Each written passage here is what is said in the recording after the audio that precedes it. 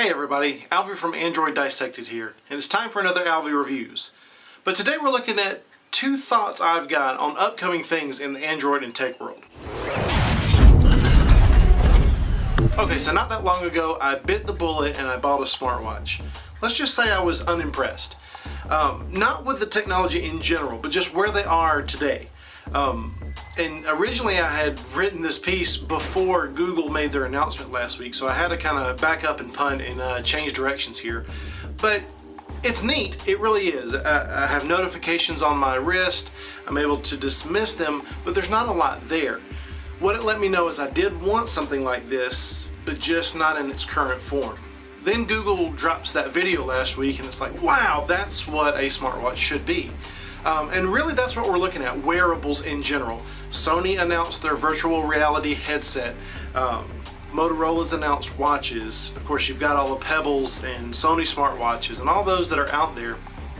Google Glass is out there. What you've got is a whole bunch of people trying to put stuff on your body to make it easier to use their stuff. The problem with it is not a lot of people know what to do with it. Yeah, notifications are cool on your wrist, but there's not a lot to do with it at this point. I've seen a lot of tech demos and a lot of app ideas for the new Google Wear, and if they all come to fruition, awesome. But let's don't settle. Let's demand something awesome and better, a unique experience that we can only get there. It needs to be compatible with iOS and Android, BlackBerry, Windows, all those kinds of things. It needs to be compatible. Let's quit being so selective and so exclusionary with all of our stuff, and let's just open it up and let's say everybody use it, everybody develop for it, open it up, and let's see what the community can do. There are developers out there that do awesome things, but when we close everything down, they're not allowed to use those tools and resources. Wearables are coming, they are the future. They'll be around for a while. No idea if they're going to be a fad or if they're going to last. It could be like 3D where there's a niche market for it. Not a lot of people are using it.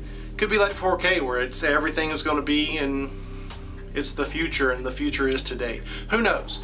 Wearables are coming. Wearables will be the future for the next little bit. And let's see where they go.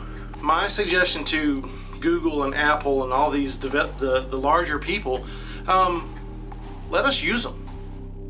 Alright, I got something else I want to talk about too. There was an app released last week as I'm recording this, Link Bubble, and it's neat. Go check it out. It's a free thing in the Play Store. What it does is it loads links in your background, so you're not staring at a blank screen for a while. Go check it out. I'll leave a link in the description for you down below. The thing with it, Chris Lacey developed this, and awesome guy, really cool stuff, puts out something neat, and almost immediately there's this backlash. And not because the app's not good, because it is. It works, it does what it's supposed to. It's because you can unlock more features for $5. And it blew everybody away. Because the current ecosystem, the current mindset, especially Android users, it's gotta be free. Maybe I'll pay $1 for it. Now me, in the industry, I'm like, no, it's worth $5. He's worth $5. Development in general is worth that amount of money. It's $5. I spent more than that on a breakfast burrito and a coffee this morning.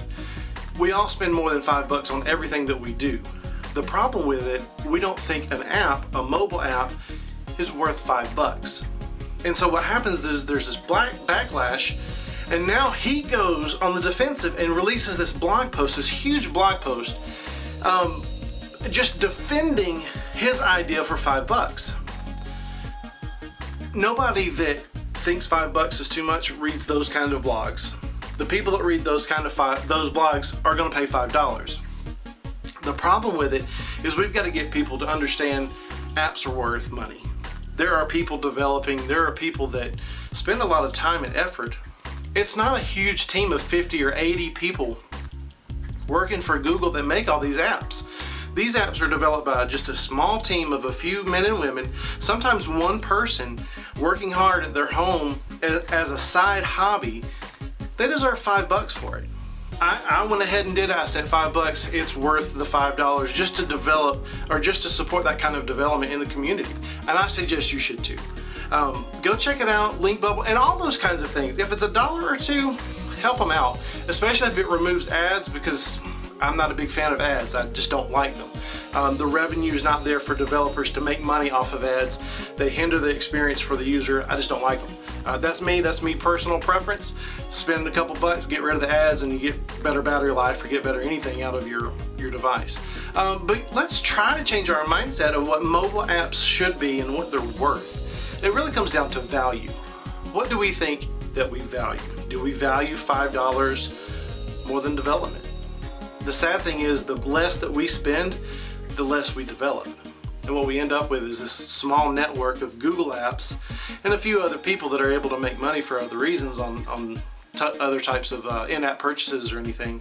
And we end up with less quality apps by smaller developers.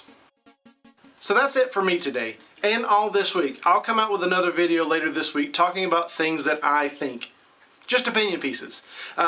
It can be about Android or tech in general, but I want to know what you think. What do you think about what I just said? Am I crazy? Am I off the wall with this whole link bubble thing? What about wearables? What are you excited about? Me? I'm really kind of crazy about the round watch. It looks like a watch. But I want to know what you think.